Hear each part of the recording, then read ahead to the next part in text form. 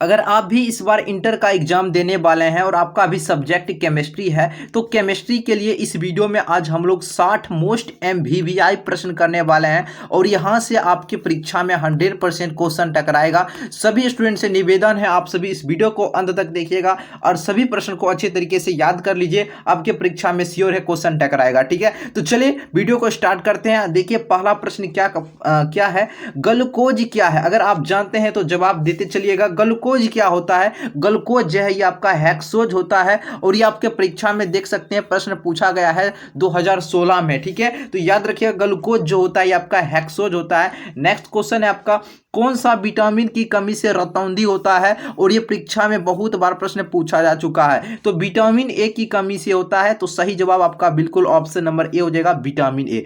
चलिए अगला प्रश्न क्या पूछा जा रहा है, देखिए निम्नांकित शुगर में सबसे मीठा कौन होता है? और यह 2017 में प्रश्न पूछा गया था।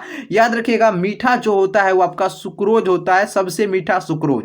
ठीक है, और आप सभी स्टूडेंट क्वेश्चन बैंक का जितना भी प्रश्न है सभी स्टूडेंट रट लीजिएगा, क्योंकि बिहार बोर्ड जो है ना रिपीटेड क्वेश्चन बहुत पूछता है। ठीक है ना, 60% क्वेश्चन सिर्फ क्वेश्चन बैंक से टकरा जाता है। ठीक है, तो क्वेश्चन बैंक को बहुत ही अच्छे तरीके से आप सभी स्टूडेंट रख लीजिएगा। ठीक है, देखिए 4 नंबर प्रश्न क्या है, एंजाइम आपका क्या होता है? एंजाइम जो होता है ये एक प्रोटीन होता है। एंजाइम क्या होता है? प्रोटीन होता है। ठीक है, तो हमारे शरीर में बहुत तरह के एंजाइम पाए जाते हैं। ठीक है, तो एंजाइम क्या है? ये प्रोटीन होता है एंजाइम। ठीक है, अगला प्रश्न देखिए, प्रश्न क्या पूछा जा रहा है, ग्लिसरॉल। आपको बतलाना है ये ग्लिसरॉल है ना, ये एक क्या है? और ये 2010 में प्रश्न पूछा गया था। तो ग्लिसरॉल जो होता है ये ट्राइहाइड्रिक अल्कोहल होता है। ऑप्शन नंबर डी नंबर आपका बिल्कुल सही जवाब हो जाएगा। अगर वीडियो आपको अच्छा लगता है तो एक बार एक लाइक जरूर कीजिएगा वीडियो को, और जो भी स्टूडेंट पहली बार चैनल पर है चैनल को जरूर सब्सक्राइब कर लीजिएगा। इसी तरह का वीडियो आपको इस चैनल पर प्रत्येक दिन मिलता है, तो चैनल को जरूर सब्सक्राइब कर लीजिएगा।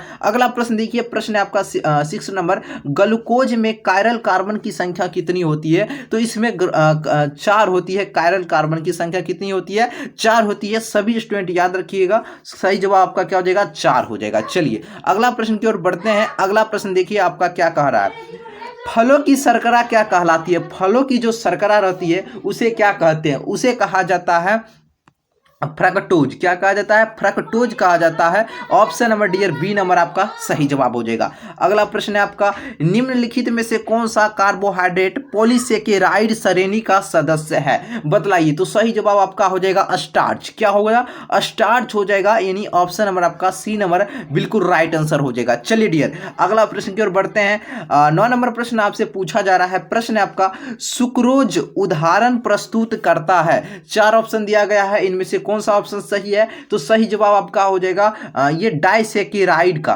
क्या हो जाएगा? Disaccharide. Option number B number आपका राइट आंसर हो जाएगा। और इसका पीडीएफ नोट्स आपको हम दे देंगे बिल्कुल free of cost Telegram channel पर। टेलीग्राम ग्रुप का नाम जो इस चैनल का नाम है वही टेलीग्राम ग्रुप का भी नाम है। ठीक है, 10 नंबर प्रश्न है आपका, विटामिन की खोज निम्न में से किस वैज्ञानिक ने किया था? विटामिन की जो है खोज है किस वैज्ञानिक ने किया था? उस वैज्ञानिक का नाम है फंक। क्या नाम है? फंक नामक वैज्ञानिक ने विटामिन की खोज किया था। सो ऑप्शन नंबर ए आपका राइट आंसर हो जाएगा। 11 नंबर है, विटामिन सी का मुख्य स्रोत इनमें से कौन है?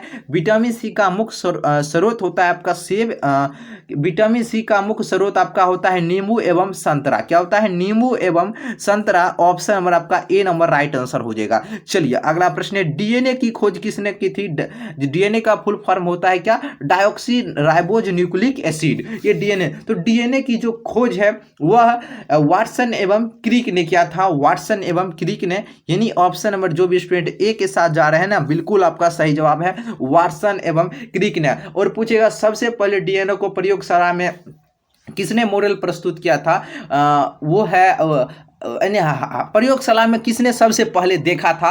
हरगोविंद खुराना नामक वैज्ञानिक ने देखा था डीएनए को। ठीक है, अगला प्रश्न है आपका, अगला हीमोप्रोटीन। हीमोप्रोटीन मिलती है, ये जो हीमोप्रोटीन है ये कहाँ में मिलती है? कहाँ मिलती है? तो ये ब्लड में देखने को मिलता है हीमोप्रोटीन। ऑप्शन नंबर बी नंबर आपका राइट आंसर हो जाएगा। चलिए अगला प्रश्न आपका क्या पूछा जा रहा है, एमिनो एसिड्स की जो श्रेणी का सबसे छोटा एवं प्रथम सदस्य का उदाहरण इनमें से कौन होता है? ग्लाइसिन होता है। उदाहरण इसका कौन होता है? ग्लाइसिन होता है। ऑप्शन नंबर डी आपका डी नंबर राइट आंसर हो जाएगा। चलिए 15 नंबर प्रश्न पूछा जा रहा है, सीढ़ी नुमा संरचना पाई जाती है, सीढ़ी नुमा संरचना आपका डीएनए में पाई जाती है, डीएनए में। ऑप्शन नंबर बिल्कुल राइट आंसर ए हो जाएगा, डीएनए में। ठीक है, अगला क्वेश्चन है फॉस्फेट बंध किस में मिलता है? फॉस्फेट जो बंध है ये किस में मिलता है? ये मिलता है आपका नाभिकीय अम्लों में, नाभिकीय अम्लों में, ऑप्शन नंबर डी। चलिए अगला क्वेश्चन है संदेश वाहक होते हैं। देखिए संदेश वाहक कौन होता है? संदेश वाहक कौन होता है? संदेश वाहक होता है आपका ये एमआरएनए। एमआरएनए देखिए आरएनए जो होता है ना, ये देखिए आरएनए जो आपका होता है ना, ये आरएनए ये प्रोटीन निर्माण में सहायता करता है। जो आरएनए होता है ये 3 प्रकार का होता है डियर, आप भी जानते होंगे। एक होता है आपका एमआरएनए, एमआरएनए मतलब कि मैसेंजर आरएनए। दूसरा होता है आपका टीआरएनए, टीआरएनए मतलब होता है आपका ट्रांसफर आरएनए। और एक होता है आपका आरआरएनए। ठीक है, एक क्या होता है आपका आरआरएनए होता है। क्या होता है? आरआरएनए, स्मॉल आर होगा, आरआरएनए, आरआरएनए, आरआरएनए। तो आरआरएनए मतलब राइबोसोम आरएनए। क्या होता है? ये एमआरएनए ये मैसेंजर संदेशवाहक आरएनए होता है, ये संदेशवाहक आरएनए होता है, मैसेंजर आरएनए। ठीक है, तो सही जवाब ऑप्शन नंबर डी है, ए नंबर आपका राइट आंसर हो जाएगा। ठीक है, चलिए अगला प्रश्न है आपका वसा के साथ अंत में अवशोषित होने वाला विटामिन इनमें से कौन सा विटामिन है? तो वह विटामिन ए तथा विटामिन डी है। विटामिन ए एवं विटामिन डी होता है। नेक्स्ट क्वेश्चन है उदासीन एमिनो अम्ल का उदाहरण इनमें से कौन होता है? तो इसका नाम है आपका ग्लाइसिन। क्या नाम होता है इसका? ग्लाइसिन हो जाएगा, ऑप्शन नंबर ए। अगला क्वेश्चन है क्षारीय एमिनो अम्ल का उदाहरण इनमें से कौन है? तो इसका उदाहरण आपका हिस्टेडीन होता है। क्या होता है? हिस्टेडीन हो जाएगा, सही जवाब ऑप्शन नंबर सी हो जाएगा, हिस्टेडीन। नेक्स्ट क्वेश्चन है आपका प्रोटीन के विघटन का अंतिम उत्पाद इनमें से कौन होता है? इसका अंतिम उत्पाद जो होता है एमिनो अम्ल होता है। देखिए प्रोटीन जो होता है ना, प्रोटीन जो पहले होता है, प्रोटीन टूटता है पेप्टोन में। ठीक है, पेप्टोन में बहुत तरह से प्रोटीन टूटता है और लास्ट में जाकर एमिनो अम्ल बनता है। लास्ट में एमिनो अम्ल बनता है। ऑप्शन नंबर क्या हो जाएगा? अंतिम उत्पाद क्या होता है प्रोटीन का? एमिनो अम्ल, याद रखिएगा। ठीक है, चलिए डियर अगला क्वेश्चन देखते हैं आपका स्टार्च। ये आपको बतलाना है ये स्टार्च अथवा सेलुलोज के जल अपघटन से प्राप्त क्या होता है? तो इसमें जो प्राप्त होता है आपका ग्लूकोज प्राप्त होता है। क्या होता है? ग्लूकोज, यानी option number A number right answer हो जाएगा। अगला क्वेश्चन है अम्लीय एमिनो अम्ल का उदाहरण इनमें से कौन है? तो अम्लीय एमिनो अम्ल का उदाहरण एस्पार्टिक एसिड हो जाएगा। एस्पार्टिक एसिड, एसिड से याद रखिएगा, एसिड मतलब होता है अम्ल, तो याद रखिएगा एस्पार्टिक एसिड। ठीक है, चलिए अगला प्रश्न है क्षारीय एमिनो एसिड यानी क्षारीय एमिनो अम्ल का उदाहरण इनमें से कौन है? सही जवाब आपका हो जाएगा हिस्टेडीन। अभी एक बार और ये क्वेश्चन रिपीट आया था, तो हिस्टेडीन आपका हो जाएगा। अगला क्वेश्चन है कोशिका का पावर हाउस कहलाता है। तो आप सभी 10th क्लास में पढ़े होंगे। ठीक है, 9th 10th में पावर हाउस माइटोकॉन्ड्रिया को कहा जाता है, क्योंकि माइटोकॉन्ड्रिया जो होता है ना, ये ऊर्जा का निर्माण करता है। ऊर्जा का क्या करता है? निर्माण करता है और उसे गोल्जी बॉडी परिवहन करता है ऊर्जा का। ठीक है, तो ऊर्जा का निर्माण माइटोकॉन्ड्रिया में होता है, इसलिए इसे पावर हाउस कहा जाता है। ठीक है, तो ऑप्शन नंबर आपका डी नंबर राइट आंसर हो जाएगा। ठीक है, चलिए अगला क्वेश्चन है आपका क्या है? मनुष्य की अग्नाशय, जो पैनक्रियाज जो होता है अग्नाशय, मनुष्य का जो अग्नाशय होता है, अग्नाशय समझते हैं ना, जिसे पहले हमारा मुख द्वारा पाचन होता है, उसके बाद ग्रास नली में जाता है, ग्रास नली के बाद फिर आपका अमाशय में जाता है। तो देखिए अमाशय के बगल में रहता है आपका अग्नाशय। अमाशय के बगल में, जैसे ये आपका अमाशय हुआ ना, अमाशय के बगल में होता अग्नाशय यानी पैनक्रियाज। इसके द्वारा कौन सा हार्मोन जो है ना स्रावित होता है?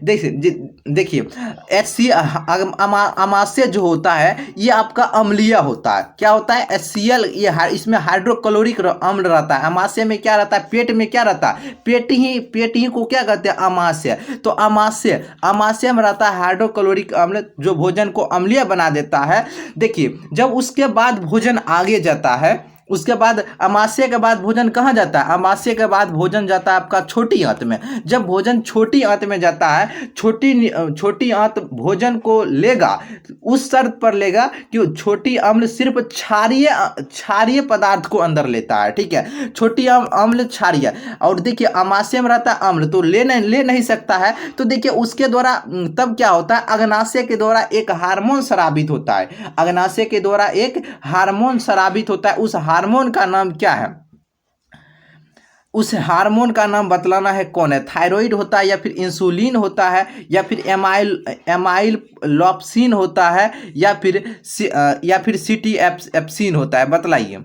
तो आपका सही जवाब क्या हो जाएगा? देखिए इंसुलिन आपका हो जाएगा। क्या हो जाएगा? इंसुलिन। और देखिए अगर आपको ऑप्शन में इंसुलिन नहीं रहे, अगर ऑप्शन में आपको इंसुलिन नहीं रहे तो आपको रहेगा सेक्रेटीन नामक हार्मोन, ठीक है, सेक्रेटीन नामक हार्मोन जो इंसुलिन होता है, ठीक है, ये रहेगा ऑप्शन में, ठीक है। तो याद रखिएगा सभी स्टूडेंट, क्वेश्चन बहुत ही ज्यादा इंपॉर्टेंट है आपका। अगला प्रश्न है आपका, मनुष्य की लार, जो मनुष्य लार्वा होता है, लार ग्रंथि कितना होता है? हम लोगों में लार ग्रंथि 3 जोड़ी होता है, 3 जोड़ी होता है।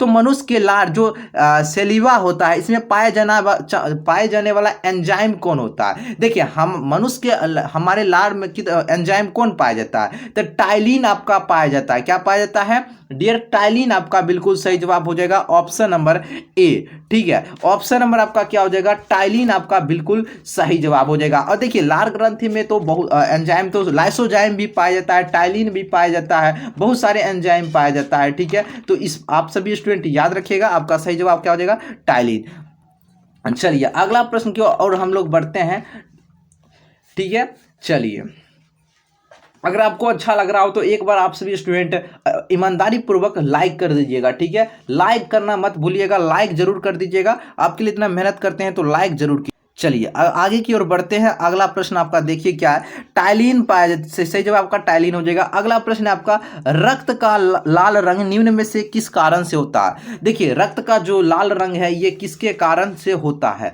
तो आपका सही जवाब क्या हो जाएगा? आपका हीमोग्लोबिन के कारण क्या होता है? रक्त का जो रंग है ये लाल होता है। तो सही जवाब ऑप्शन नंबर बी हो जाएगा, ठीक है। अगला प्रश्न है आपका, दूध में मिलने वाली प्रोटीन का उदाहरण इनमें से कौन है? दूध में मिलने वाली प्रोटीन का उदाहरण इनमें से कौन हो जाएगा?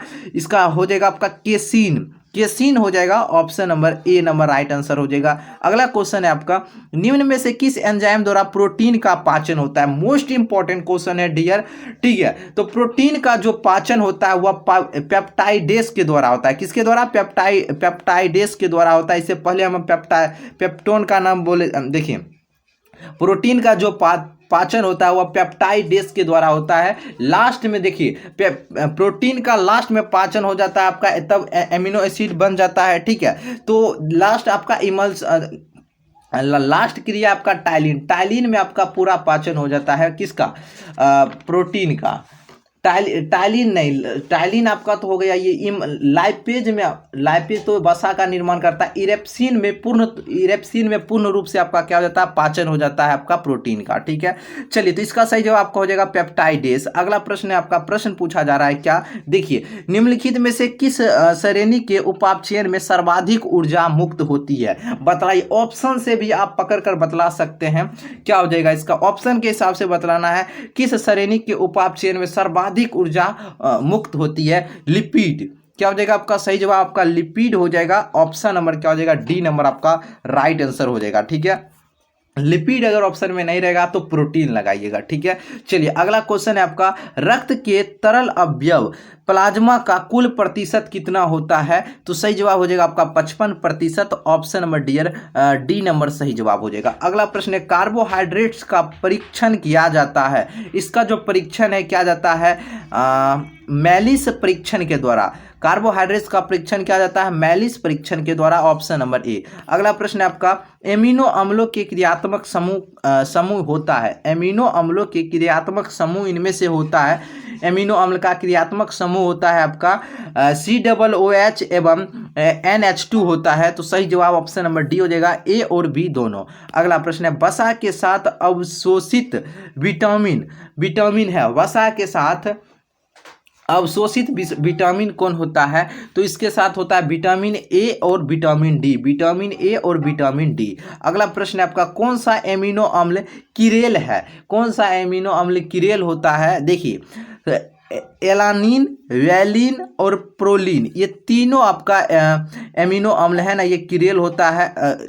किरेल, तो ये किरेल एलानिल, एलानिन और वेलिन, प्रोलिन, ये तीनों आपका क्या है? एमिनो अम्ल किरेल नहीं होता है। ठीक है, कह रहा है आपका किरेल है, तो इनमें से कोई नहीं हो जाएगा आपका सही जवाब। ऑप्शन नंबर आपका डी नंबर राइट आंसर हो जाएगा। अगला प्रश्न है, कौन सा जैव अणु जल में अविलय होता है? जल में अविलय होता है कौन सा जैव अणु? उसका नाम है alpha alpha keratin, alpha keratin, option number A. अगला है, कौन सा प्रोटीन रक्त का थक्का जमाता है? रक्त को थक्का में जमाता है कौन सा प्रोटीन? उस प्रोटीन का नाम है आपका फिब्रिनोजेन, फिब्रिनोजेन। ठीक है, फिब्रिनोजेन हो जाएगा ऑप्शन नंबर डी। अगला है, कौन सा प्रोटीन है, कौन सा प्रोटीन रक्त का थक्का जमाता है? फिब्रिनोजेन नामक प्रोटीन। निम्न में से कौन सा प्रोटीन इनमें से नहीं है? देखिए प्रोटीन इनमें से नहीं है, डीएनए आपका प्रोटीन नहीं है, आप सभी जानते हैं डीएनए आपका प्रोटीन नहीं होता है। Option number D.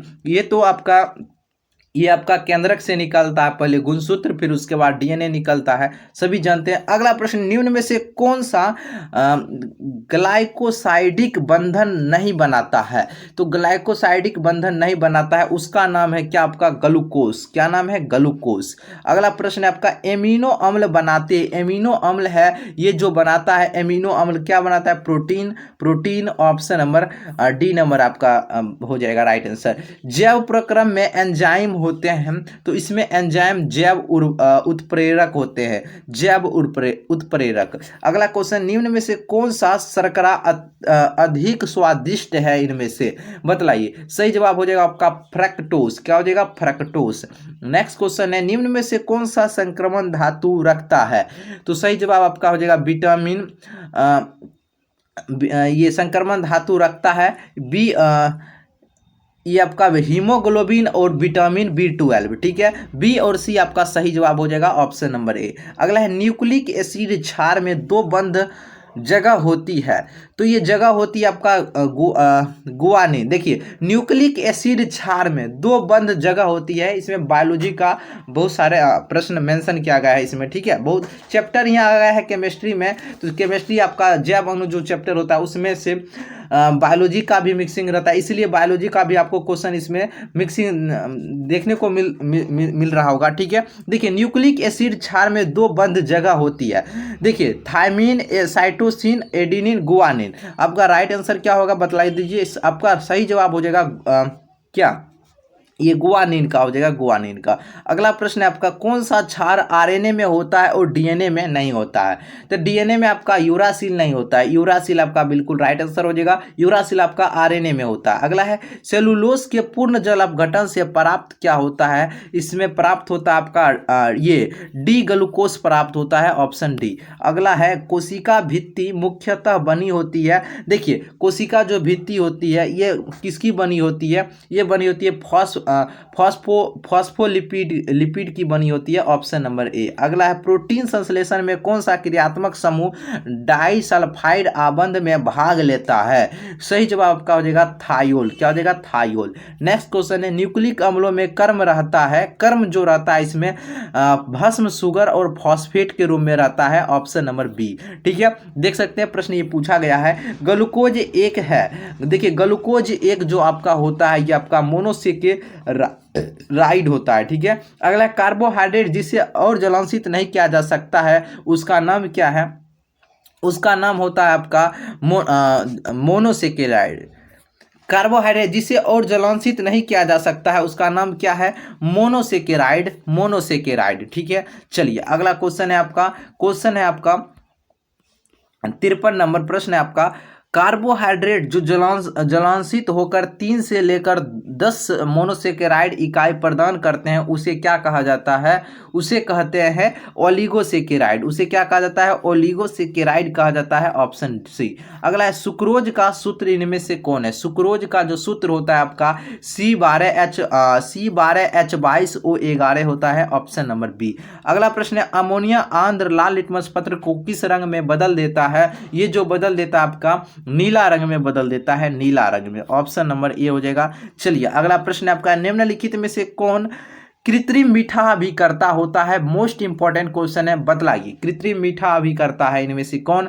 इसका नाम है आपका सैकरीन नाम है, एस्पार्टेम है, सोडियम साइक्लोमेट है, ये सभी आपका राइट आंसर हो जाएगा, ऑप्शन डी। अगला है एस्कॉर्बिक अम्ल है। एस्कॉर्बिक जो अम्ल है ये आपका विटामिन है, क्या है? ये आपका विटामिन है। नेक्स्ट है अभिक्रिया जो ये रिएक्शन दिया गया है, अब आपको बतलाना है इसमें उत्पाद के रूप में क्या प्राप्त होगा? उत्पाद के रूप में क्या प्राप्त होगा? जल्दी से बतलाइए। सही जवाब आपका हो जाएगा एन हेक्सेन। क्या हो जाएगा? एन हेक्सेन, यानी ऑप्शन नंबर बी। अगला है विटामिन ए कहलाता है, विटामिन ए का केमिकल नाम क्या है? रेटिनॉल है। क्या है? रासायनिक नाम रेटिनॉल है। अगला है मानव शरीर नहीं उत्पन्न करता है। मानव शरीर है ये उत्पन्न नहीं करता है, विटामिन को उत्पन्न नहीं करता है। हम लोग खाना खाते हैं तब विटामिन हमको, तो ये मानव शरीर उत्पन्न नहीं करता है विटामिन को, ठीक है। तो सही जवाब आपका ऑप्शन नंबर क्या हो जाएगा? सी नंबर हो जाएगा, ठीक है। डीएनए हो भी करता है, हार्मोन्स हो भी करता है, एंजाइम हो भी करता है, तो विटामिन उत्पन्न नहीं करता है। बतलाइए वीडियो आपको कैसा लगा है, कमेंट करके बतलाइएगा। अच्छा लगा तो एक बार लाइक कर दीजिएगा, और ठीक है आपके प्रत्येक इसी तरह का वीडियो मिलता रहेगा। चैनल को जरूर सब्सक्राइब करके रखिए। आज के लिए इतना ही, फिर मिलते हैं हम लोग नए वीडियो में।